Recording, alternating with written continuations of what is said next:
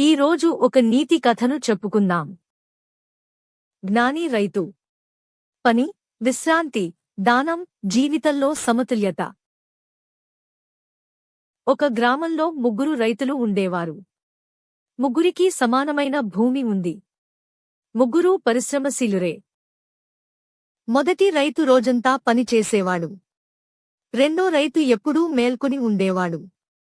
మూడో జ్ఞాని రైతు వేరేగా ఉండేవాడు.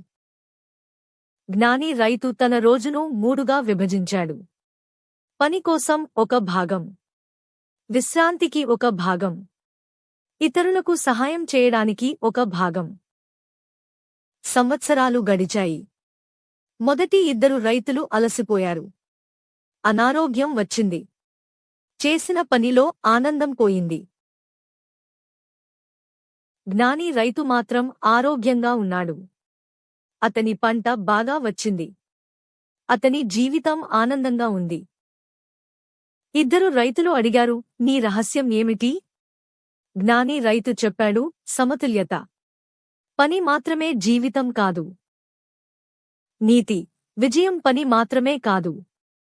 విశ్రాంతి, ఇచ్చే గుణం, ఈ మూడు కలిస్తేనే నిజమైన సంపన్న జీవితం. సమతుల్యత జీవితానికి పునాది. ఈ కథ మీకు నచ్చిందా? లైక్ చేయండి.